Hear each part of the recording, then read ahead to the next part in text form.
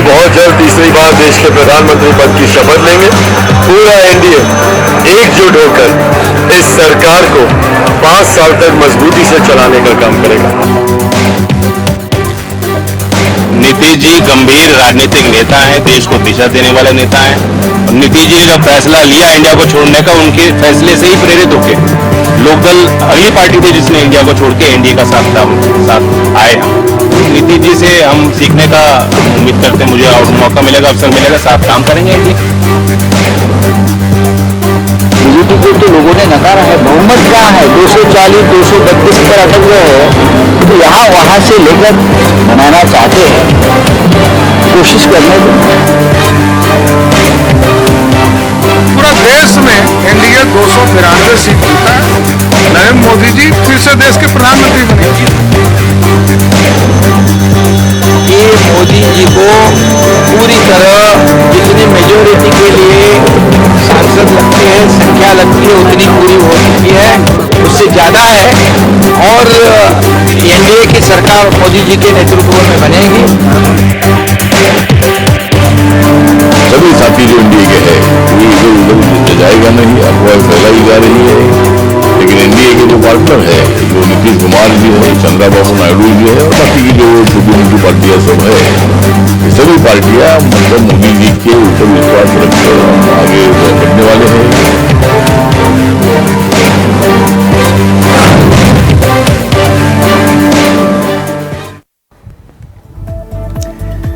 कहते हैं राजनीति संभावनाओं का खेल है और संभावनाओं के दरवाजे क्या वाकई खुले हैं? इस बार के चुनाव में देश की आवाम ने खंडित जनादेश दिया है। किसी भी एक दल को बहुमत नहीं मिला है।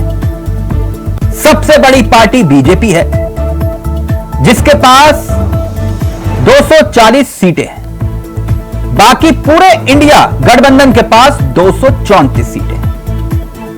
ऐसे में 292 सीटों की ताकत के साथ एनडीए की सरकार बनना तय है।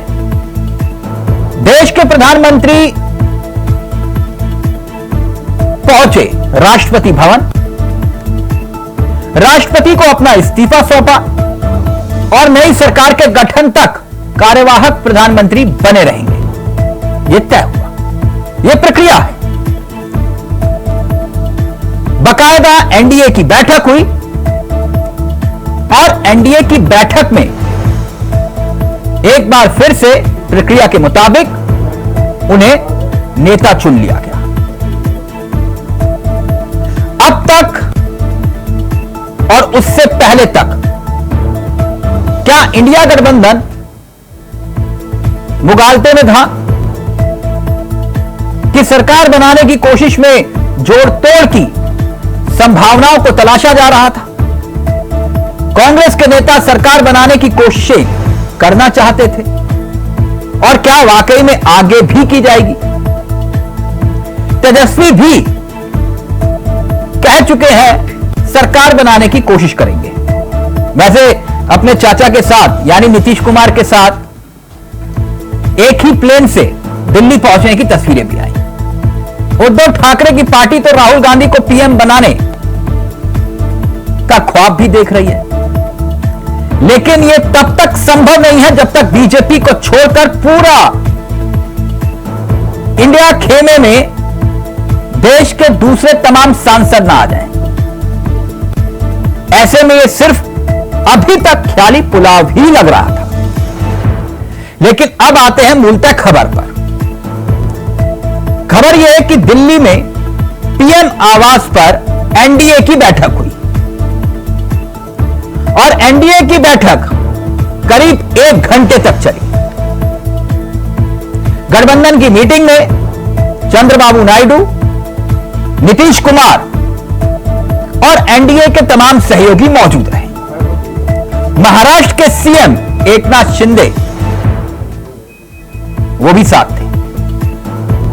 और एनडीए की बैठक में जैसे हमने आपको पहले बताया कि एक प्रस्ताव पास हुआ। प्रस्ताव वही कि देश के प्रधानमंत्री के रूप में नेता चुना जाए नरेंद्र मोदी को। प्रस्ताव पास हुआ सर्वसहमति से और अब उस प्रस्ताव की कॉपी हम आपको दिखाते हैं और मैं अपने सहयोगी से चाहूंगा वो प्रस्ताव अगर हम दिखा पाए। और उस प्रस्ताव में ये आपके सामने एनडीए का ये प्रस्ताव है और इसी प्रस्ताव में आप देखेंगे नरेंद्र मोदी जी को सर्वसहमति से एनडीए अपना नेता चुनता है। और इस पूरी कवायद में एन फैक्टर आप अक्सर सुनते होंगे, MY फैक्टर, एन फैक्टर, लेकिन यहां पर है एन फैक्टर। एन फैक्टर क्या?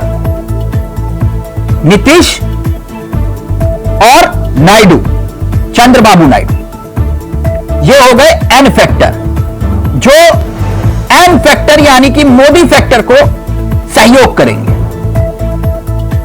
दो महत्वपूर्ण सहयोगी दल चंद्रबाबू नायडू के सियासी सफर पर भी नजर दौड़ा ली और सियासी सफर उनका बेहद दिलचस्प है। आंध्र प्रदेश में 13 साल तक वो सीएम रहे हैं, 13 साल तक। 1996-98 तक लोकसभा में संयुक्त मोर्चे का नेतृत्व हुआ था। लेकिन ये अब तस्वीर देखिए, इंडिया गठबंधन को उम्मीद कैसे जगी और क्यों जगी, अब वो भी देखिए।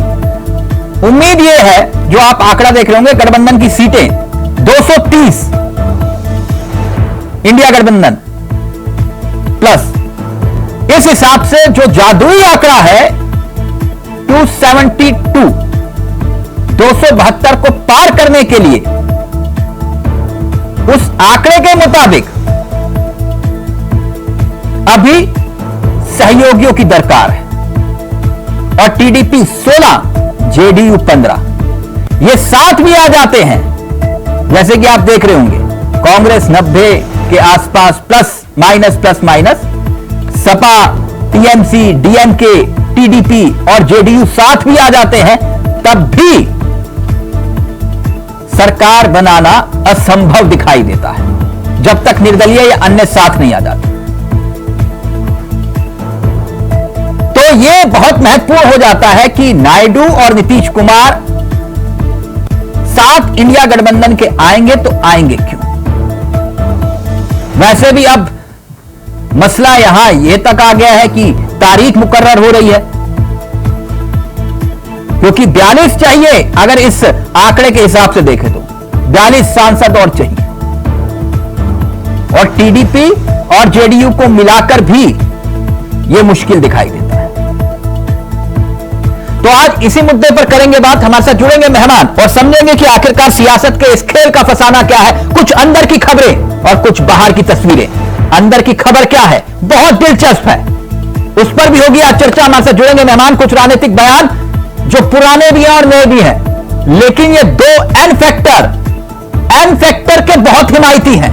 एन फैक्टर समझ रहे हैं आप? मुस्लिम आरक्षण।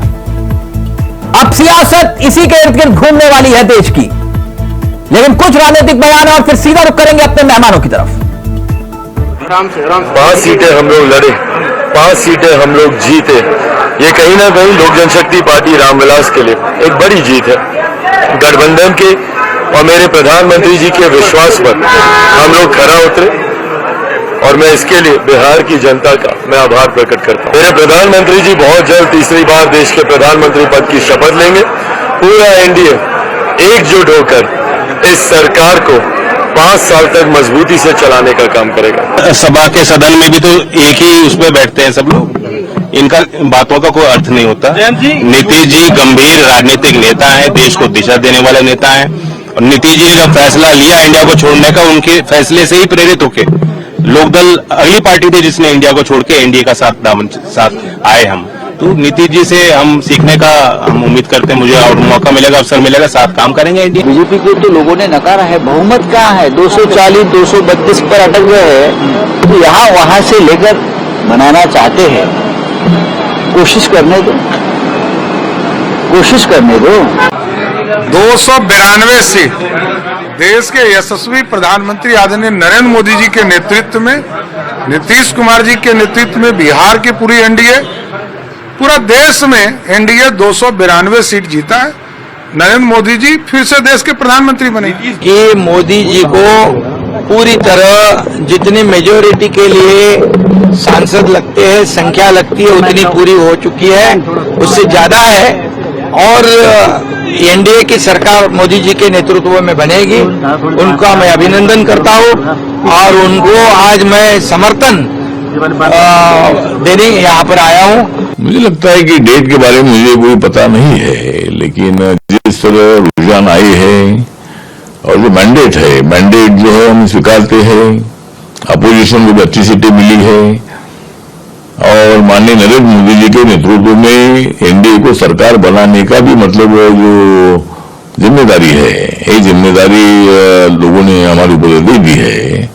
हमें 292 सीटें मिली है, मतलब इनसे सरकार बनाने के लिए 272 की आवश्यकता है, लेकिन उसके बावजूद भी हमारे पास अभी 292 मेंबर ऑफ पार्लियामेंट हमारे पास है। तो ये तो थे राजनीतिक बयान, लेकिन राजनीतिक बयानों के इर्द गिर्द अब सियासत हकीकत में जो दिखाई दे रही है उसमें कुछ महत्वपूर्ण पुराने बयान भी हैं। उन बयानों का भी हम जिक्र करेंगे, लेकिन आपको बता दें आज हमारे साथ इस चर्चा में जो मेहमान इस कार्यक्रम का हिस्सा बन रहे हैं वो आपकी स्क्रीन पर आ चुके हैं। राजेश सिंह जी हमारे साथ इस कार्यक्रम का हिस्सा है, बीजेपी के तेसरा चेहरे हैं। वरुण मिश्रा जी कांग्रेस के युवा चेहरे हैं, तर्कों के साथ अपनी बात रखते हैं। अशोक तिवारी जी हमारे साथ है, समाजवादी पार्टी के अनुभवी चेहरे हैं। सर्वेश जी हमारे साथ इस कार्यक्रम का हिस्सा, राजनीतिक विशेषज्ञ हैं। आप सभी का बहुत बहुत स्वागत है। सबसे पहले मैं शुरुआत राजेश जी आपके साथ करना चाहूंगा, इजाजत है? हाँ बताइए। तो आपकी बार गठबंधन की सरकार? हाँ बिल्कुल, अब की बार क्यों, लगातार 10 सालों से गठबंधन की सरकार थी।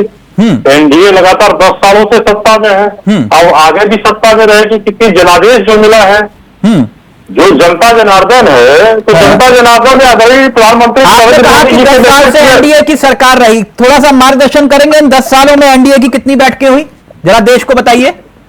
अरे तिलक चावला जी, बैठकें होती रहती है। एनडीए की बैठक कितनी बार हुई 10 साल में सर, अगर थोड़ा सा मार्गदर्शन कर पाए? अरे तिलक जी, आप बैठक मत देखिए, विकास देखिए।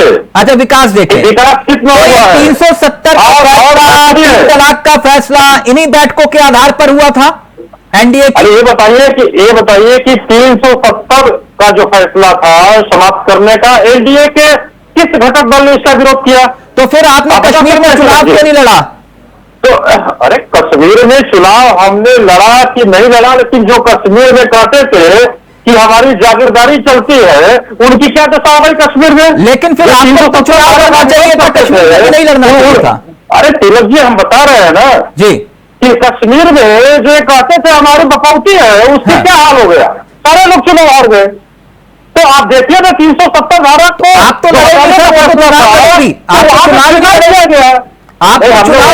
सर कश्मीर में तिलक चावला साहब जिन्होंने 370 धारा का विरोध किया था, उनकी क्या दशा है? बात एनडीए की बैठक की थी। एनडीए की बैठक आपने बताया कि हुई और कब हुई, लेकिन ये सबको मालूम ही नहीं। खैर मुझे भी नहीं मालूम, तभी मैंने आपसे सवाल पूछा था। कोई बात नहीं।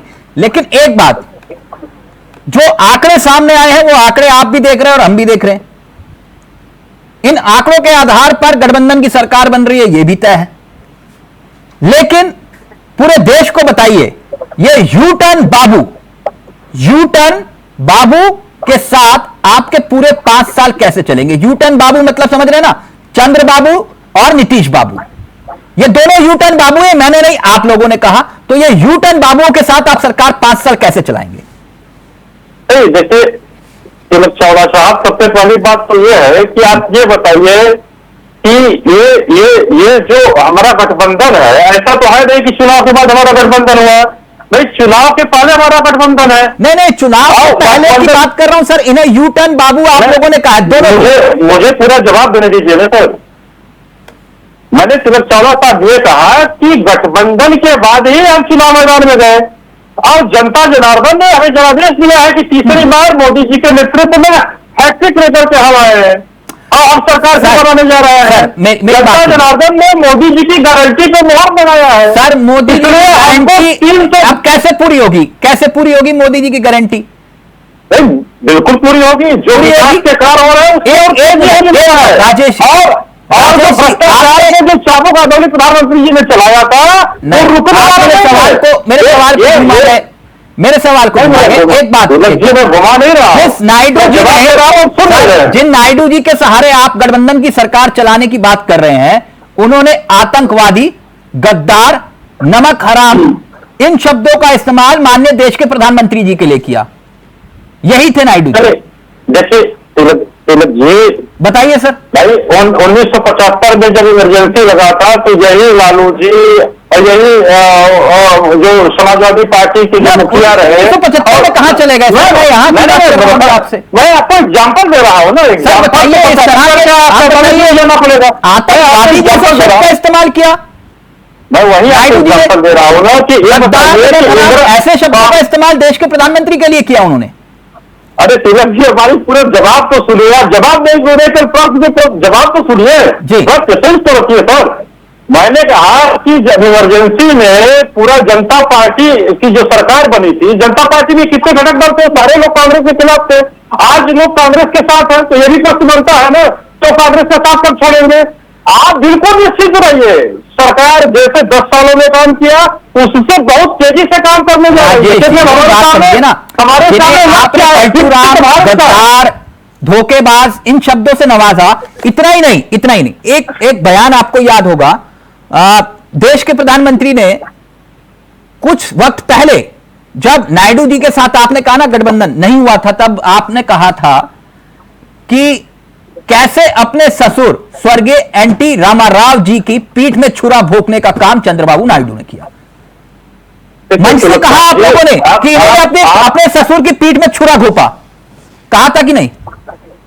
आप शब्दों के मैंने क्या कहा कि जब देश की बात आती है, जिनके अंतरात्मा की आवाज जागृत होती है तो भारतीय जनता पार्टी। मतलब आपने ये अंतरात्मा की आवाज लगाई, बहुत जोर से वो चले आए कि ये देश को विकसित राष्ट्र अगर बनाना है तो अभी आप देखिए। चलिए मैं आगे बढ़ूं।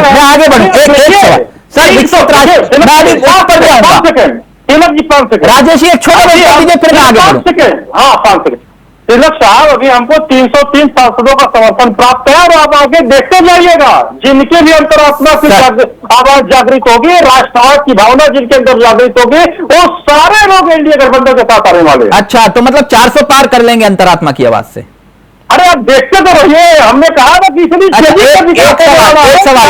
राष्ट्र की श्रेणी में पहुंचने वाले। नहीं ठीक है, ये राष्ट्रवाद पे भी आऊंगा मैं। एक मिनट, बहुत जल्दी आप तीसरे रुके ना, राष्ट्रवाद पे भी आऊंगा, लेकिन एक बात तो बता दीजिए, ये जो अपमान भरे शब्दों का इस्तेमाल चंद्रबाबू नायडू जी ने देश के प्रधानमंत्री जी के लिए किया था, बीजेपी ने टीडीपी के साथ समझौता किया, और यह रिश्ता क्यों जोड़ना पड़ा आपको जिसने देश के प्रधानमंत्री के लिए इतने अपमानजनक शब्दों का इस्तेमाल किया? क्यों रिश्ता आपको जोड़ना पड़ा उनके साथ? तिलक चावला साहब, ये प्रश्न तब आपका वाजिब था जब चुनाव के बाद हम गठबंधन करते। हाँ। हम गठबंधन के बाद चुनाव मैदान में गए थे और गठबंधन को जनता जनार्दन ने आदेश दिया है और जनादेश दिया है कि आप दोबारा सरकार बनाइए आदरणीय मोदी के नेतृत्व में। सर आपको हमको समर्थन मिला है बीजेपी को 240 सीटें, जो कि पूरे इंडिया गठबंधन 240 सीटें। मतलब ये हुआ कि जनता ने जनादेश दिया आपको कि सरकार बनाइए, आप जनादेश दिया एनडीए को। अच्छा, एनडीए को दिया, आप बीजेपी को दिया के नेतृत्व में। ओके, एक प्रधानमंत्री नरेंद्र मोदी जी के नेतृत्व में जनादेश दिया है। ओके सर, अभी एक सवाल पूछूंगा आप मुझसे, लेकिन वादा करेंगे कि आप डिबेट छोड़ के नहीं जाएंगे उस सवाल पर। नहीं, मैं क्यों हाँ, तो बस थोड़ी देर बाद पूछूंगा आपसे, थोड़ी देर बाद पूछूंगा। वरुण मिश्रा जी, शादी में नहीं जाऊंगा, किसी फंक्शन में नहीं शामिल होऊंगा। मैं 4 जून को आपका वेट किया, कल मैंने आपके चैनल पे काफी समय बिताया, भी आप नहीं थे। नहीं, मैं कार्यक्रम में था, लेकिन इत्तेफाक ऐसा हुआ कि हम आपस में रूबरू नहीं हो पाए। कुछ जिम्मेदारियां पर्दे के पीछे भी होती हैं, लेकिन वरुण जी आज है ना साथ में?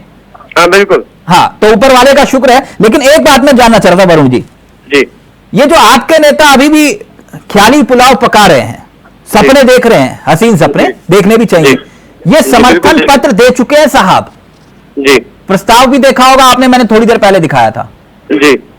तो अब तो विपक्ष में बैठने को तैयार हो कि नहीं? देखिए, पक्ष में बैठते हैं या विपक्ष में बैठते हैं ये तो समय तय करेगा, 1-2 दिन आने वाले समय तय करेंगे।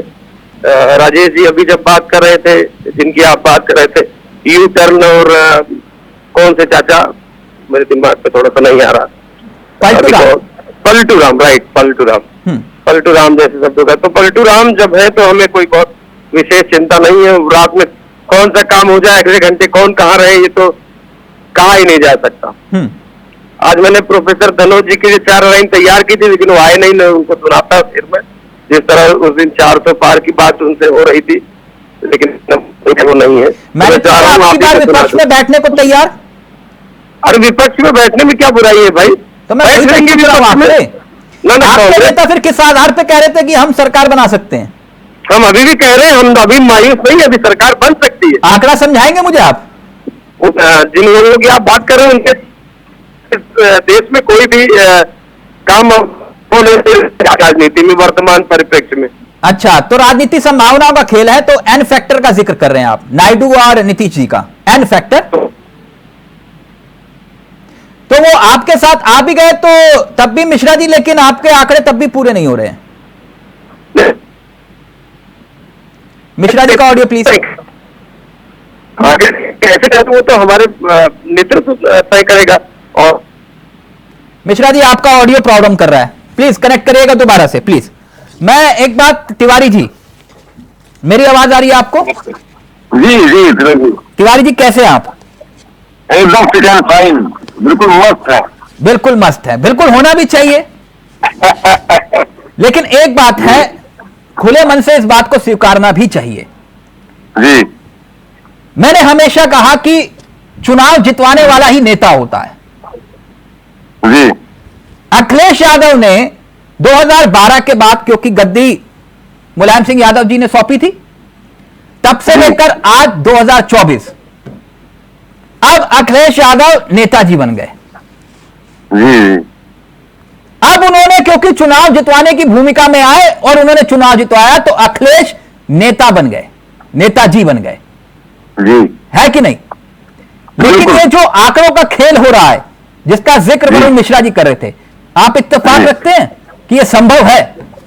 देखिए तिलक भाई, संक्षेप में अपनी बात रख रहा हूं। भारतीय जनता पार्टी 240 पे अटक गई है, ये सबसे बुरा दिन है उसका। 14 में पूर्ण बहुमत सरकार थी, 19 में पूर्ण बहुमत सरकार, अब 240 पर अटक गई है। 32 सीटें कम नहीं होती हैं, और वो लाना मुश्किल काम है। इस समय जो घटक दल है, यानी एनडीए जो है, एनडीए की स्थिति में क्या स्थिति है, अभी आप खुद ही से चर्चा कर रहे थे। कुछ लोग ऐसे हैं जो प्रधानमंत्री मोदी जी को प्रधानमंत्री दोबारा देखना नहीं चाहते हैं, दोबारा प्रधानमंत्री नहीं देखा रहता है, तिवारा नहीं देखा रहता है। अब भाजपा में कौन नेतृत्व पैदा होगा, भाजपा में कौन नेता बनेगा, कौन आगे आएगा, ये आगे देखा जाएगा। लेकिन सवाल इस बात का है कि जो आसन इंडिया गठबंधन का है, वो एक बेहतरीन आसन है, क्योंकि जो भी नेतागण है उनके लिए इंडिया गठबंधन में आना ज्यादा अच्छा है। उनके वोट बैंक के हिसाब से उनका वोट बैंक भी कुछ रहेगा। वहां राष्ट्रपति के साथ डिनर करके वो सरकार बनाने की तैयारी कर रहे हैं, आप इधर ख्याली पुलाव पका रहे हैं। वो पुलाव सरकार बना, अगर सरकार बना भी देते हैं, राष्ट्रपति जी से उनके अच्छे संबंध हो, अगर सरकार बना भी देते हैं, फ्लोर टेस्ट करना पड़ेगा। फ्लोर टेस्ट आसान नहीं है, फ्लोर टेस्ट भी मुश्किल काम है। तो ये सारी चीजें, सरकार बनी नहीं, आप फ्लोर टेस्ट की बात कर रहे हैं। तो वही तो मैं कह रहा हूं, अगर वो शपथ ग्रहण भी कर ले, तो उनको फ्लोर टेस्ट देना उसके लिए मुश्किल काम हो जाएगा। मैं तो ये कह रहा हूं, नहीं, समर्थन की चिट्ठी के साथ ही तो वो प्रधानमंत्री बन रहे हैं। समर्थन की चिट्ठी को उनको मिलेगी नहीं, पूरी समर्थन। अब वो जबरदस्ती बन सकते हैं, जबरदस्ती, वो चूंकि बड़ा दल है। सर, आज प्रस्ताव जो पास हुआ, वो प्रस्ताव मैंने दिखाया भी, अगर एक बार दिखाइए तिवारी जी को वो प्रस्ताव, जो प्रस्ताव पास हुआ है वो आपकी स्क्रीन पर भी है, तिवारी जी आप देख सकते हैं। उस प्रस्ताव में लिखा हुआ है, सर्वसहमति के साथ देश के प्रधानमंत्री के रूप में हम उनको स्वीकार करते हैं, अपना नेता चुनते हैं। ये देखिए, नरेंद्र मोदी जी को सर्वसहमति से अपना नेता चुनते हैं हम। ये एनडीए का प्रस्ताव पास हुआ, ये प्रस्ताव पास हो गया है अभी, लेकिन आगे आगे देखिए होता है क्या। हाँ, नहीं तो आप नंबर बताइए ना सर, आप कह रहे हैं आगे आगे देखिए होता है क्या? बहुत कुछ गुंजाइश है अभी। गुंजाइश मोदी जी की जो कार्यशैली रही है, तिलक जी आप अच्छे पत्रकार हैं, जानते हो, मोदी जी की कार्यशैली को उनके घटकदल ही पसंद नहीं करेंगे साहब। यूपीए सरकार में जो हैसियत आप लोगों की थी, मतलब समाजवादी पार्टी की थी, वही हैसियत आज टीडीपी और जेडीयू की है एनडीए में, तो वो क्यों सत्ता को छोड़ के आपके साथ आएंगे? मुझे ये तो बताइए साहब। देखिए, अगर भाजपा में भी कुछ होता है तो भाजपा में नैतिक परिवर्तन होगा, नेतृत्व परिवर्तन होगा। अच्छा, नेतृत्व परिवर्तन। आप भी केजरीवाल की तरह हवा में तीर छोड़ रहे हो। राजेश जी जल्दी से जवाब दीजिए, फिर उसके बाद सर्वेश्वर जी आपके पास आ रहा हूं। ये तिवारी जी अलग थ्योरी लेकर आए, कह रहे अभी भी हम मैयत के, जिसका आपने खंडन ही नहीं किया और उसका नुकसान भी आपने उत्तर प्रदेश में उठाया, अब उसी का जिक्र तिवारी जी कर रहे हैं। राजेश जी जल्दी से जवाब दीजिए। नहीं, देखिए तिलक जी, अब ये लोग अपने को मनोवैज्ञानिक बात देने की कोशिश कर रहे हैं। इनको मालूम है कि जनता जनार्दन का जो आदेश है आदरणीय नरेंद्र मोदी के नेतृत्व में, जनता ने जो है तीसरी बार मोहर लगाया है प्रधानमंत्री बनने के लिए। तो अब ये तो अपने आप को एक सेल्फ जो है कि कॉन्फिडेंस डेवलप कर रहे हैं इनके नेता बोल। और सबसे ज्यादा कौन बोल रहा है? तेजस्वी जी, क्योंकि उनको मालूम है कि उनका नंबर सबसे कम आया, उससे ज्यादा तो ये समाजवादी पार्टी लेकर के गई, सबसे अधिक बोलने वाला। तो ये लोग अपने आप को एक साइकोलॉजिकल बात देने की कोशिश कर रहे हैं। चले गए अखिलेश यादव आज एक मिनट मैं थोड़ा फैक्ट क्लियर कर दूं, थोड़ा सा फैक्ट क्लियर। यही अखिलेश यादव आज देश की तीसरी बड़ी पार्टी बन गए लोकसभा चुनाव में, जिनके पास तीसरा नंबर है सबसे बड़ा। गलत नहीं कह रहा राजेश जी, जिन्हें आप छोटा क्षेत्रीय दल मान रहे हो। मैं तो ये कह रहा हूँ कि जल्दी से तिवारी प्लीज, किसी का कितना भी नंबर आ जाए, लेकिन मैं 240 का आंकड़ा क्रॉस नहीं कर पाए। मैं संक्षेप में पूरा कर रहा हूँ। बड़ी पार्टी है, जिस तरह से जनता है इतना भी भाजपा को मिला दिया जाए तो 40 के आंकड़े पर पहुंच गया। ये संक्षेप नहीं है मोदी जी के बावजूद और अमित शाह के लिए। सरकार मोदी जी और अमित शाह की तो विदाई जनता ने कर दी। अब जब पूर्ण बहुमत नहीं है तो मोदी जी ताकतवर नेता कहां से रह गए? अमित शाह को नेता ही नहीं रह गए। आज हालत ये है, कोई और नेतृत्व हो सकता है भाजपा में, कोई नया नेतृत्व हो सकता है। इसी मोदी जी की अपनी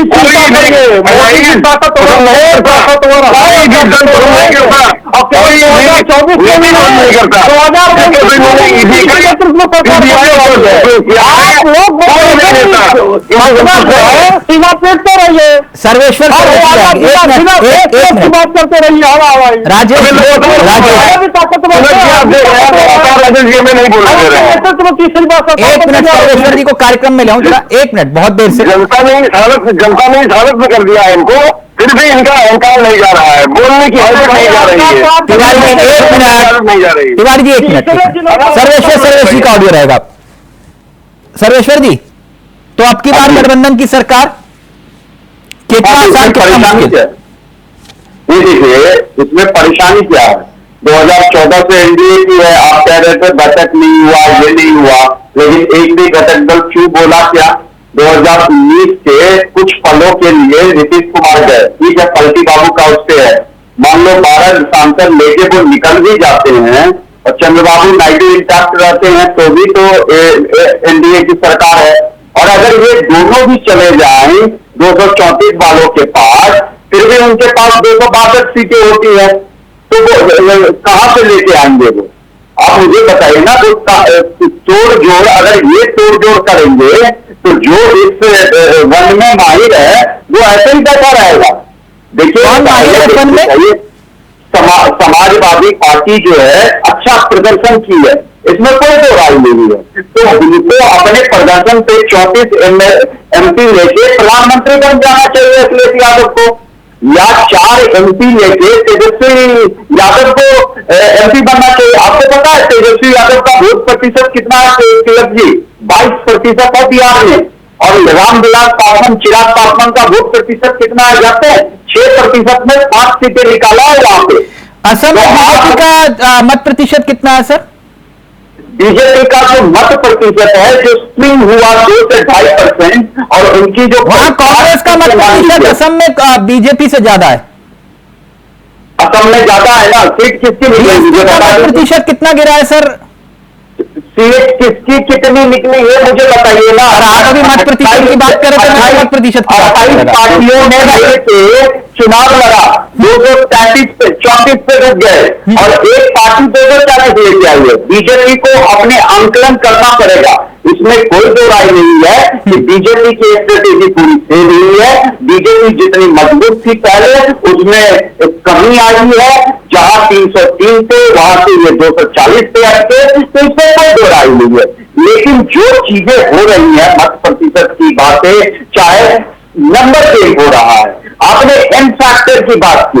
अब मुझे बताइए 12 एमपी लेके नीतीश कुमार को कांग्रेस पार्टी 99 एमपी लेके और राहुल गांधी को रीलॉन्च करके पूरे 10 सालों में कांग्रेस पार्टी कितनी बार रीलॉन्च की, और वो 12 एमपी वाले को प्रधानमंत्री करना चाह रहे, फिर वरुण जी से जवाब लूंगा आपकी बात का। मैं पहले तिलक जी आधे घंटे वेट किया हूं, तो मुझे प्रॉपर समय दीजिए।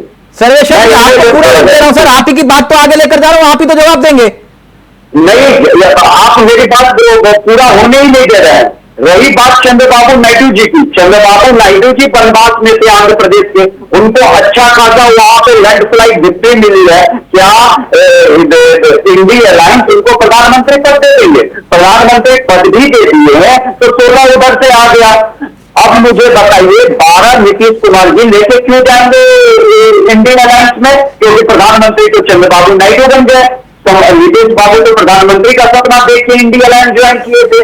तो यहाँ पे दोनों साइड के गेम को देखना पड़ेगा। एक साइड में दोनों निकल गया जी, इन फैसला अगर दोनों निकलेगा तो वहां इंडिया अलायंस से भी कुछ निकलेंगे।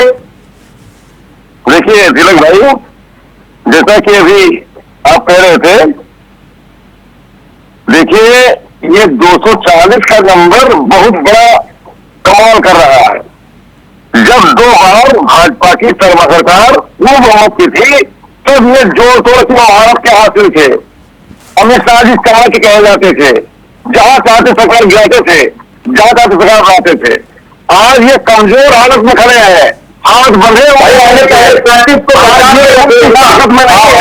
एक अगर सरकार बनाएंगे, डिपेंडेंट सरकार बनाएंगे, और इनकी वो हालत नहीं है कि ये जिसको चाहे उसको जो है अपने मिला लें।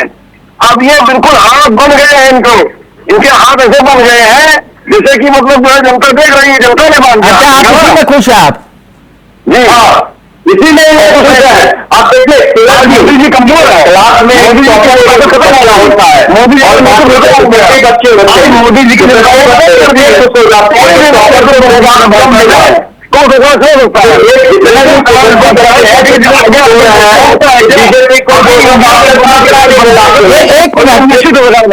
वरुण जी जो बात सर्वेश्वर जी कह रहे हैं उसका उत्तर तो आप ही को देना पड़ेगा। वो कह रहे हैं 99 सीट लाने वाले सरकार बनाने का ख्वाब कैसे देख सकते हैं, और जिन्हें रीलॉन्च करने की बात कर रहे थे वो 100 का आंकड़ा भी पार नहीं कर पाए, वो कह रहे कि सरकार बनाएंगे। जवाब दीजिए सर। और उसके बाद अगर वो रीलॉन्च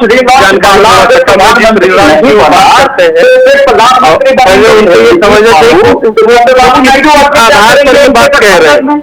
आज जिस तरह से मोदी जी के नाम पर ये था कि मोदी जी तीसरी बार प्रधानमंत्री बनेंगे, तो जनता ने मोदी जी को जनादेश नहीं दिया है, ये एक बात बहुत क्लियर कट है। अब तक सही बात है, मैं आपको भारतीय जनता पार्टी के पास पर्याप्त और वो अपने जो घटक, लेकिन आज सीन बदल चुका है। अब घटक दलों को न सिर्फ सुनना पड़ेगा बल्कि उनको उचित हिस्सेदारी भी देनी पड़ेगी। और सही बात यह है कि बीजेपी को नरेंद्र मोदी जी को प्रधानमंत्री के रूप में पेश करने का कोई हक नहीं बचा। उनको चाहिए कि वो अपने घटक दलों में से किसी को वो भी वरुण जी वही तो पूछ रहे हैं, कह रहे हैं कि जो 99 लेकर आए तो क्या उनको प्रधानमंत्री बना दें? तो हमने कब कहा कि हम राहुल गांधी जी को प्रधानमंत्री बना रहे हैं? हमने नहीं कहा। हम कह रहे इंडिया गठबंधन से प्रधानमंत्री बनेगा। इनकी हिम्मत है तो कह रहे एनडीए से बनेगा कोई प्रधानमंत्री। एक आदमी का नाम किसी दूसरे का नाम लेकर दिखाएंगे नहीं। तो जिस चेहरे के आधार पर चुनाव लड़ा गया आप कह रहे हैं उनको हटा दें? नहीं, हमने ये नहीं कहा कि उनको हटा दे, हमने कहा इंडिया गठबंधन से प्रधानमंत्री बनेगा, और ये कह रहे नरेंद्र मोदी प्रधानमंत्री बनेंगे। नरेंद्र मोदी जी को इस देश में सर्वेश्वर पूछ रहे हैं उसका उत्तर दीजिए ना, 99 वाले कैसे प्रधानमंत्री बन सकते हैं? अरे क्यों नहीं बन सकते? हमारे घटक दल के, हमारे गठबंधन के हम सबसे बड़े पार्टी है हमारी, 99 सांसद है हमारे, तो क्यों नहीं प्रधानमंत्री बन सकते? बात वो नहीं है। सर्वेश्वर जी वो कह रहे हैं प्रधानमंत्री। देखिए तिलक भाई, बात बहुत स्पष्ट है, प्रधानमंत्री कौन बनेगा ये बड़ा विषय नहीं है।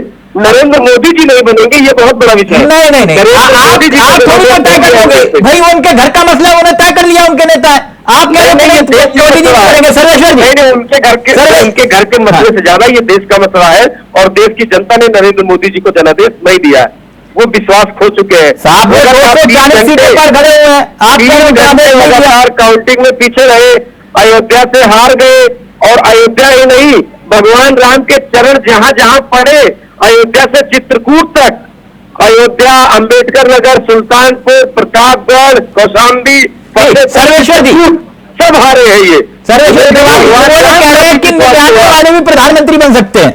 अरे इसमें कोई ताज्जुब भाई नहीं, तिलक भाई देखना बहुत अच्छी बात है, देखना भी चाहिए। मैं वही आपको समझा रहा हूँ ना कि 99 वाला प्रधानमंत्री अगर उसमें नहीं बनेगा, और बनना चाहिए अगर इनका कहना है, तो 12 वाला और 37 वाला प्रधानमंत्री बन जाएगा या 16 वाला, समझ रहे हो आप? यहाँ पे अगर 12 वाले को प्रधानमंत्री बनाएंगे तो 16 वाला क्यों आएगा इनके पास? और 99 वाला तो फिर वो सुंदीना बजाता रहेगा, उसको क्या हाथ लिया 99 वाले को? इतना तो जो इतना वो करके 12 वाले को लाके प्रधानमंत्री, हाँ, जो इनका फॉर्मूला था, एक साल 99 वाला बनेगा, एक साल 12 वाला बनेगा, एक साल 16 वाला बनेगा, एक साल 37 वाला बनेगा, फिर एक साल 7 और 10 वाला महाराष्ट्र से उठा लो, वो बन जाएगा, 6 महीना उधर होगा। तब तो चीजें ठीक है, लेकिन उसमें भी 262 पे आके अटकते हैं, 262 पे आके अटकते हैं, और इतना दिमाग वहां लगाइए ना, भारतीय जनता पार्टी पे लगा दीजिए ना भाई, अगर आपके पास बहुत दिमाग है तो। भाई मोदी जी कितने दिन प्रधानमंत्री रहिए, को बना दीजिए, एक नाथ शिंदे जी को, उसके बाद ये आप तय करेंगे कौन कितने दिन प्रधानमंत्री रहेगा, 99 वाला प्रधानमंत्री प्रधानमंत्री रहेगा। आप कैसे प्रधानमंत्री,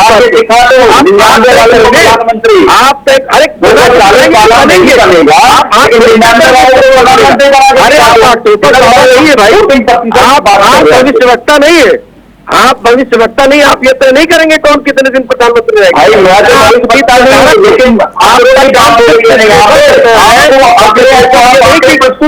आदमी की अभी भी नशा नहीं उतरा, इतना दिन हो गया, अभी भी पर्दा लगा के धृतराष्ट्र बन के, गांधारी बन के घूम रहे हो, तो अभी नशा नहीं उतरा आप लोगों का, आईना दिखाया। वरुण जी, आपने एक बयान राजेश जी का गंभीरता से नहीं लिया। एक मिनट सर्वेश्वर जी, वो ये कह रहे हैं कि हम अंतरात्मा की आवाज लगाएंगे तो बहुत यहां से वहां भी हो जाएंगे। उस बात में आप या कुछ और ख्वाब देख रहे हैं वहां, या कुछ और तैयारी कर रहे हैं? नहीं 300 पार तो हम ऐसे ही कर देंगे, हम अंतरात्मा की आवाज लगाएंगे तो कई बड़े चेहरे जो है वो यहाँ नीचे चले आएंगे। ये क्यों ऐसा बोल रहे थे बताएं आपको? बताइए। इनके पास ईडी है, इनकम टैक्स है, सीबीआई है। वरुण जी अब तो बस करो ना, अब तो बस करो, चुनाव भी बनाए, हम सरकार बनाए, उसके बाद दबाव बनाकर और लोगों को ज्वाइन करा दे अपने साथ। ये अब ये देश ही इस तरह की। एक मिनट मैं आगे जाऊं राजेश जी के पास, मुझे अभी क्लियर कट कर एक मिनट आज ये क्लियर कट करके जाओ, ये ईवीएम सही है या गलत है? अब मैं ये कह रहा हूँ, अगर इस बार वो वाली गलती दोहराई गई तो अगली बार मोदी जी की जमानत। वरुण मिश्रा जी, पहले गली बंद करता हूँ, फिर सवाल पूछता हूँ, सवाल पूछ रहा जवाब दो, ये ईवीएम सही है या गलत है? आज क्लियर करो ना, आगे बढ़ूंगा तब तक पहले मैं आपकी रोज सुनता हूँ, एक बार मेरी सुन लीजिए। मैंने उस दिन कहा था कि मोदी जी बनारस से चुनाव हार जाएंगे, तो आप भी हंस रहे थे और जो भारतीय जनता पार्टी के प्रवक्ता थे वो भी हंस रहे थे। और उस दिन आपने देखा मोदी जी लगातार 3 घंटे काउंटिंग में पीछे रहे अजय राय जी से, उनके खिलाफ अजय राय जी को 4,60,000 वोट मिले। वरुण जी, इसका मतलब आप जानते हैं, आपसे ये पूछ रहा हूँ, ये बता दो ये ईवीएम सही है या गलत है? को, इनकम टैक्स को, सीबीआई को नकार दिया है। ईवीएम सही है या गलत है, ये बता दो, मैं आगे बढ़ूं। मैं ये कह रहा हूँ, मैं ये नहीं कह रहा, ईवीएम के साथ कितनी जगह छेड़छाड़ की समस्या आई, हमारे सुल्तानपुर में भी समस्या आई। हमने चुनाव आयोग को लगातार कितने जीत कैसे गए, फिर जीत कैसे पकड़ी गई, बेईमानी नहीं होने दी। इस बार हम लोगों ने मतलब आपने बेईमानी नहीं होने दी, लेकिन ईवीएम इस बार हम लोगों ने ईवीएम जनता के जनादेश का सम्मान करिए आप लोग। मैं जनादेश का सम्मान कर रहे हैं आप, इसी जनादेश को कुचलने का प्रयास तो भारतीय जनता पार्टी इसी जनादेश के मुताबिक वो उत्तर प्रदेश में समाजवादी पार्टी ने कमाल कर दिया, और आप कह रहे हो कि आज ईवीएम में खोट है। ये कमाल इसलिए हुआ कि हमने ईवीएम चेंज नहीं करने दी इनको इस बार। वरुण जी बस करो, इस बार ईवीएम बदलने का मौका भारतीय जनता पार्टी ये ईवीएम पर बस करो। हमारे मुस्तैदी से सभी मतगणना के बाहर डटे रहे। राजेश जी के पास जा रहा हूँ, जरा देश का संविधान सम्मान करिए। बहुत महत्वपूर्ण सवाल है, राजेश जी से पूछना जल्दी से प्लीज। जनादेश का सम्मान 22.3-4% जनादेश कांग्रेस पार्टी को आया है, 52 से ये 99 पे आए हैं। बीजेपी का 1% जो वोट है वो गिर गया, उसके कारण उनको 60 सीटों का नुकसान झेलना पड़ रहा है, 63 सीटों का। आप इस बात से अंदाजा लगाइए कि ये अभी भी इतने बेशरम है बाकी इंडी अलायंस वाले कि जो देश की संस्था है अभी तक उसको गाली दे रहे हैं, जबकि जनता ने मैंडेट दिया इनको और इतना अच्छा सीट ये लेके आए, इनको अभी भी ईवीएम, उसके बाद चुनाव आयोग कैप्चर करते थे, कैप्चर करके जीतते थे, वो दिन याद है। और आपने अभी बोला था, एक चीज बोला था बीजेपी के बारे में, चंद्रबाबू नायडू ने ये कहा वो कहा। आपको याद है लालू यादव की बेटी का नाम निशा क्यों रखा गया है? मुझे सब याद है, इमरजेंसी में क्या हुआ मुझे सब याद है। ठीक है, ये भी याद है। ना एक मिनट रुकिए सर्वेश्वर, मुझे ये भी याद है कि डीएमके और कांग्रेस के क्या रिश्ते हैं। ठीक, मुझे ये भी याद है। तिलक भाई, उसके बाद अभी तो छोड़ दीजिए, मध्य प्रदेश इलेक्शन के बाद अखिलेश बखलेश चिरकुट ये भी तो बोला गया। तिवारी जी जल्दी से जवाब दीजिए। बोला और फिर गठबंधन हो गया, ये गठबंधन है, संभावनाओं का शौक है। और जहां पे मैं यही बार कर रहा हूँ कि अगर में 16 वाले को प्राइम मिनिस्टर की बात पूरी कर रहे हैं तिवारी जी। सर्वेश्वर जी गलत बोल रहा हूँ, सर्वेश्वर जी जो चुप हो जाइए, आप बहुत बोलते हैं, चुप हो जाइए, मैं भी बोल लूँ। जी बोलिए है कि सारा खेल, मैं बार बार बोल रहा हूँ, जनता ने जिस तरीके से 240 पर लाकर रोक दिया है मोदी जी को, वहीं पर खेल है। भारतीय जनता पार्टी में भी मोदी जी को नेता धीरे धीरे लोग नहीं मानेंगे, भारतीय जनता पार्टी में नए नेता निकलेंगे और मोदी जी की स्वीकारोक्ति खत्म हो गई है। मोदी जी हाशियों पे आ गए हैं, अमित शाह मोदी जी की विदाई हो चुकी है, अब भाजपा के नए नेता अपना लगेगी सामने, ये सच्चाई है। इस बार इंडिया गठबंधन सरकार भाजपा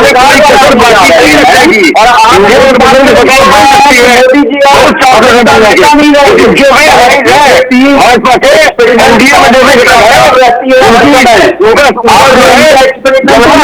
उनकी जनता, उनका फॉलोइंग हमारे साथ ज्यादा फ्रेंडली है। जी कैसे आपके साथ प्रेमी है भाई?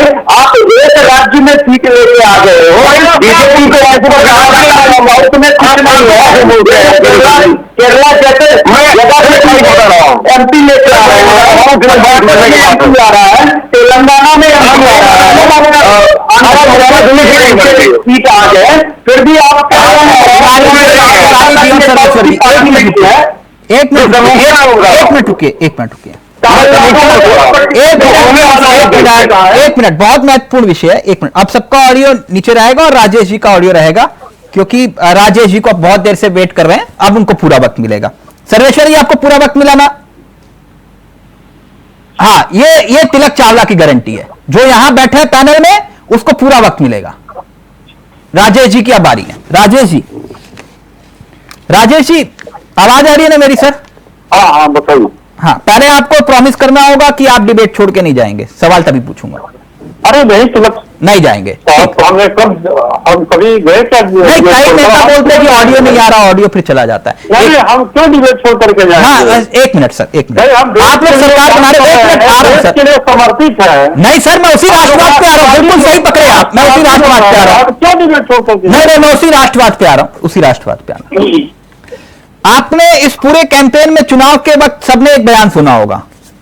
वो बयान था देश के प्रधानमंत्री जी का, जब उन्होंने कहा था कि ये मंगलसूत्र छीनकर कांग्रेस वाले मुसलमानों को दे देंगे। याद है राजेश जी? तो उसमें क्या गलत कहा था तिलक साहब? मैं आपकी बात, एक मिनट, आप सवाल ले लीजिए, सवाल ले लीजिए। जिन दो सहयोगी दलों से आप समर्थन ले रहे हैं, क्योंकि आपके पास 240 सीटें मात्र आपको सरकार बनानी है, और दो सहयोगी दल एन फैक्टर यानी कि चंद्रबाबू नायडू और नीतीश कुमार, ये दोनों 4% मुस्लिम आरक्षण देने की वकालत करते आए हैं। यानी कि असल में मंगलसूत्र छीन के आप लोगों के मुताबिक ये मुसलमानों को देने वाले हैं, इनका समर्थन ले रहे हैं आप। देखिए क्या आप चंद्रबाबू नायडू की जो मांग रही है 4% मुसलमानों को आरक्षण देने की, आप देंगे? यस और नो? इसीलिए मैं पूछ रहा था, सवाल छोड़ के जाओगे तो नहीं? अरे मैं पूरा जवाब आपका देता हूँ, आप पूरा जवाब सुनिए, लेकिन जवाब देने दीजिए तब तो। आप जवाब देने दीजिए, जवाब दीजिए सर। देखिए तिलक चावला साहब, पहली बात तो ये है कि आप ये समझिए कि आदरणीय प्रधानमंत्री नरेंद्र मोदी जी एनडीए के प्रधानमंत्री पद के उम्मीदवार गठबंधन के पहले थे कि गठबंधन के बाद थे? गठबंधन के बाद उम्मीदवार घोषित होने के बाद हम चुनाव मैदान में आपकी बात। चंद्रबाबू नायडू कहते हैं 4% मुसलमानों को आरक्षण दूंगा, आप देंगे? मेरी बात, अरे मेरी बात तो सुनिए तिलक चावला साहब, मैंने कहा कि ये गठबंधन की अगर बात हम उनसे गठबंधन करते हैं अगर चुनाव के बाद, तो ये आपका प्रश्न वाजिब काम सर, चंद्रबाबू नायडू कह रहे हैं 4% आरक्षण मुसलमानों को दूंगा। तिलक चावला साहब इसका समर्थन नीतीश कुमार करते हैं, तो क्या आप मुसलमानों को आरक्षण देने के तारुकार हैं? कि मुझको आप प्रश्न का उत्तर देने के लिए बुलाया है या केवल प्रश्न पूछ करके मुझको बैठाए रहेंगे? राजेश जी, पूरा मौका आप ही को दे रहा हूं सर, जवाब दीजिए। आप आरक्षण के पक्ष में मुसलमानों को, ये आरक्षण के पक्ष, ये मुसलमानों को आरक्षण देने के पक्षधर हैं। मैं पूरी बात हमारी सुनेंगे तब तो, 2 मिनट का समय देंगे तब तो, मैं क्या बोल रहा हूँ पूरी सुनिए तो हमारी बात। मैंने ये कहा तिलक चावला साहब, अभी तक आप इतनी देर से सुन रहे थे, अभी प्रश्न पे प्रश्न आपने एक प्रश्न किया, मुझे मेरी जवाब सुनिए उससे। मैंने आपको कहा कि ये गठबंधन हमारा जो हुआ था और प्रधानमंत्री जी जो एनडीए के प्रधानमंत्री पद के उम्मीदवार थे, वो पहले थे या बाद में थे? वो तो चुनाव के पहले थे ना। डिक्लेयर होने के बाद हम चुनाव मैदान में गए और जनता जनार्दन ने हमें आदेश दिया कि भाई तीसरी बार आदरणीय प्रधानमंत्री के नेतृत्व में एनडीए की सरकार बनेगी। इसमें जनता जनार्दन ने हमको 293 सीटें दिया और हम पूर्ण बहुमत के साथ सरकार बनाने जा रहे हैं। एक बात है। दूसरी बात मैं ये कह रहा हूं कि ये जो 100 सीट भी नहीं पाए 54 वर्षों तक शासन करने के बाद 100 सीट भी नहीं पाए, आप देखिए कि क्या आपकी बात तो चंद्रबाबू नायडू की बात कर रहा हूँ, ये आप उसमें ठोक रहे हैं। राजेश जी देखिए, आप सवाल बोल रहे हैं, आप सवालों की जलेबी बना रहे हैं।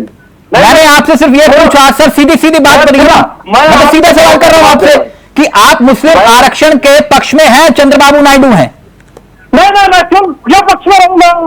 मुस्लिम आरक्षण धर्म के आधार पर क्या आरक्षण मिलना चाहिए? मैं तो फिर ये वही बात होगी ना सर, ये तो मुसलमानों को मुसलमान के देंगे।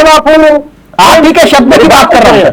मेरी बात तो सुनिए, ये बाबा साहब भीमराव अम्बेडकर का संविधान कहता है कि किसी को धर्म के आधार पर आरक्षण नहीं दे सकते। तो फिर नीतीश कुमार और चंद्रबाबू नायडू उसकी वकालत करते हैं। हमारी बात तो सुनिए, जब आप किसी के साथ गठबंधन और गठबंधन के बाद प्रधानमंत्री पद का उम्मीदवार कोई बनता है और अभी चुनाव के पहले उसके बाद जनता जनार्दन जनादेश देती है।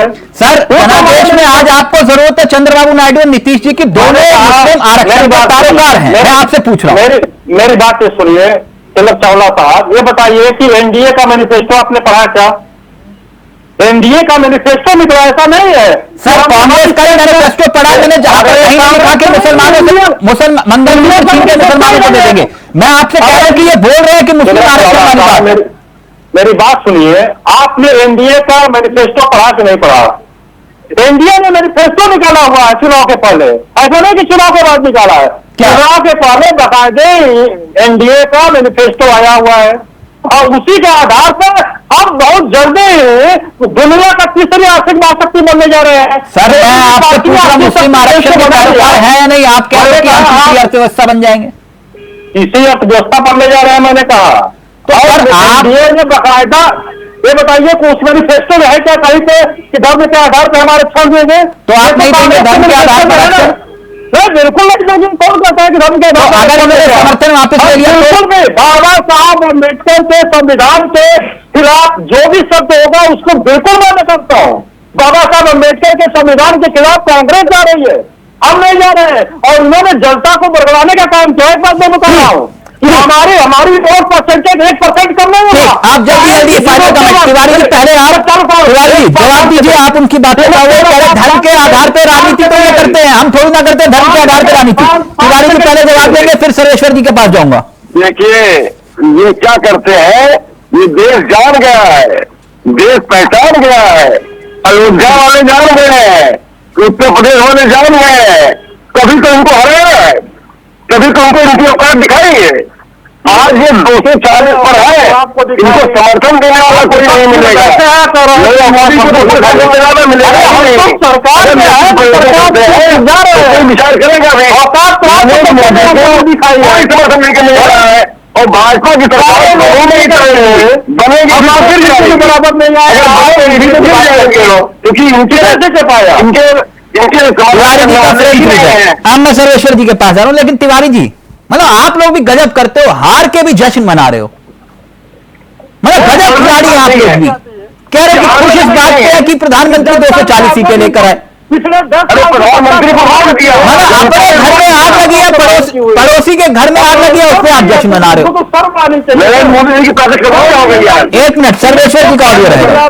सर्वेश्वर जी, ये जो बातें सामने आ रही है कि भाई ये मंत्रालय चाहिए, वो मंत्रालय चाहिए, ये पद चाहिए, वो पद चाहिए, तो मुश्किल तो होती है ना सहयोगियों को साथ लेकर चलने की। एक होती है ना बार्गेनिंग पावर नहीं है आपके पास, यहां तो सबके पास बार्गेनिंग पावर है। देखिए तिलक जी, इसमें कोई दो राय नहीं, जब गठबंधन की सरकार होती है तो वो कमजोर सरकार होती है और वो उसमें बार्गेनिंग पावर और निर्णायक भूमिका में गठबंधन के दल रहते हैं। और ऐसा नहीं है एनडीए पार्टी समय में किस तरीके से बढ़िया चला है, और वही चीजें यहाँ पे मजबूरी है कि बीजेपी के पास की 240 पे सिमटी है, तो ऐसा नहीं है कि उनकी बातें नहीं मानी जाएगी और उसमें एक कंसेंसस बनाया जाएगा। ये मंत्रालय चाहिए, वो मंत्रालय चाहिए, तो उसमें भी एक कंसेंसस बनाया जाएगा। ऐसा तो नहीं है ना कि वो मानने से इनकार करेंगे कि नहीं, अड़ जाएंगे, हमें ये चाहिए तो ये चाहिए, यही चाहिए, ऐसा भी नहीं होगा। हट धर्मिता नहीं होती है गठबंधन, अगर हट धर्मिता होती है गठबंधन में तो वो गठबंधन ज्यादा दिन तक नहीं टिकेगी, उसमें कहीं ना कहीं कुछ ना कुछ गड़बड़ होगी। और मैं बार बार ये समझाने की कोशिश कर रहा हूँ कि बाकी के इंडिया अलायंस इसलिए खुश हो रहे हैं कि उनको तो दूर दूर तक जनता ने बहुमत नहीं दिया है सरकार बनाने का। बीजेपी अकेले सिंगल लार्जेस्ट पार्टी है और इसमें लार्जेस्ट पार्टी को ही बुलाया जाएगा 240, कांग्रेस 99 से इनका पूरा का पूरा जो कुलवा है वो भी 234 है, बीजेपी से 6 कम सीटें हैं, फिर भी ये लोग खुश हो रहे हैं। तो खुश होना लाजमी है क्योंकि उन्होंने बीजेपी के रथ को रोका थोड़े देर, जो बीजेपी को गठबंधन की राजनीति में आना पड़ा। और ये कहीं भी नहीं लिखा है कि 12 वाला और 16 वाला अपने हट पे अड़ जाएगा तो नहीं हमें यही चाहिए तो ये आपकी बात समझ गया। सर्वेश्वर जी कहना चाह रहे हैं अपना बच्चा पूरी जिंदगी शादी नहीं कर पाया, लेकिन पड़ोस के लड़के की शादी टूट गई, उस पर आप खुश हो रहे हो। वो ये कह रहे हैं कुल मिलाकर कि भाई अपने लड़के की शादी नहीं करवा पाए आप पूरी जिंदगी, आज वो जो है 60 साल 70 साल का होने वाला है और आपके पड़ोस 25 साल के लड़के की शादी टूट गई, आप उस पर खुश हो रहे हो। सर्वेश्वर जी ये कह रहे हैं। राजनीति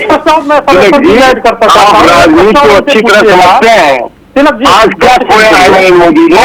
नरेंद्र मोदी का दिल जानता है। आज राजेश जी अभी खड्डा तिवारी जी मिश्रा जी का प्रेम चलाया नहीं तो वो खटाखट जरूर पूछता मैं। एक मिनट रुको, वहां पे लाइन लगाई हुई है मुस्लिम। एक मिनट राजेश जी, एक मिनट सर, एक मिनट सर, लाइन तो 15 लाख वालों की भी लगी थी। मैं एक बात नहीं खटाखट मुस्लिम महिला सवाल तो ले लो सर, सवाल ले लो राजेश जी, सवाल तो ले लो सर। राजेश जी जो झूठ बोला है इन्होंने, राजेश जी सवाल ले लो सर, सवाल का उत्तर ले लो, अच्छा लगेगा। जी जी राजेश जी चलिए, इस बहाने 63 सीटें जो आपकी कम आई, लगभग 60-63 जो भी है, इस बहाने एनडीए जिंदा हो जाएगा। लेकिन एक यक्ष प्रश्न और बाकी है। यह प्रश्न समझ लीजिए या फिर इस पे थोड़ा सा होमवर्क सबको करना चाहिए। आप लोगों ने कहा था कि हम नेहरू के रिकॉर्ड को तोड़ेंगे, नेहरू के रिकॉर्ड को तोड़ेंगे। नेहरू का रिकॉर्ड ही बताता है कि 1952 में 364, 1957 में 371 और 1962 में 361 सीटों के साथ जीतने के बाद नेहरू देश के प्रधानमंत्री चुने गए थे और देश के प्रधानमंत्री के रूप में नरेंद्र मोदी जी को 2024 में 240 सीटें ही मिली। तो क्या अभी भी ये नेहरू का रिकॉर्ड आपने तोड़ दिया? जरा सोचिएगा। देखिए, हर बार 300 पार और 350 पार का आंकड़ा नेहरू ने किया 1952, 57 और 62 में, और आप तीसरी बार नेहरू का रिकॉर्ड नहीं तोड़ पाए। इस हिसाब से 240 सीटें बीजेपी। देखिए, मैं एक बात ये कह रहा हूं कि इन्होंने जो झूठ बोला था, जनता को जो बरगलाने का काम किया था, और ये जो चुनाव प्रचार में मंच पे झूठ बोले, खटाखट अकाउंट पे आएगा। ये खटाखट वाला मसला तो अयोध्या में जो राम को लाए हैं हम उनको लाएंगे, गाना बजाया आपने, वो प्रभु राम के दरबार में आप चुनाव हार गए। बिल्कुल लाइए, जनता जनार्दन लाए ना हमको। चलिए ठीक सरकार में इसीलिए तो है। ओके, जनता जनार्दन। ओके, अभी आगे बहुत लंबी गुफ्तगू होगी। Rajesh ji thank you so much, Sarveshwar ji आपका भी, अशोक जी आपका भी, और वरुण जी आपका भी बहुत बहुत शुक्रिया। तो ये सियासत है और सियासत के कई रंग अभी बाकी हैं। अभी इतिहास में कई क्षण लिखे जाने बाकी हैं और 24 का चुनाव अपने आप में ऐतिहासिक है। अभी आगे आगे देखिए होता है क्या। नमस्कार, जय हिंद, जय भारत।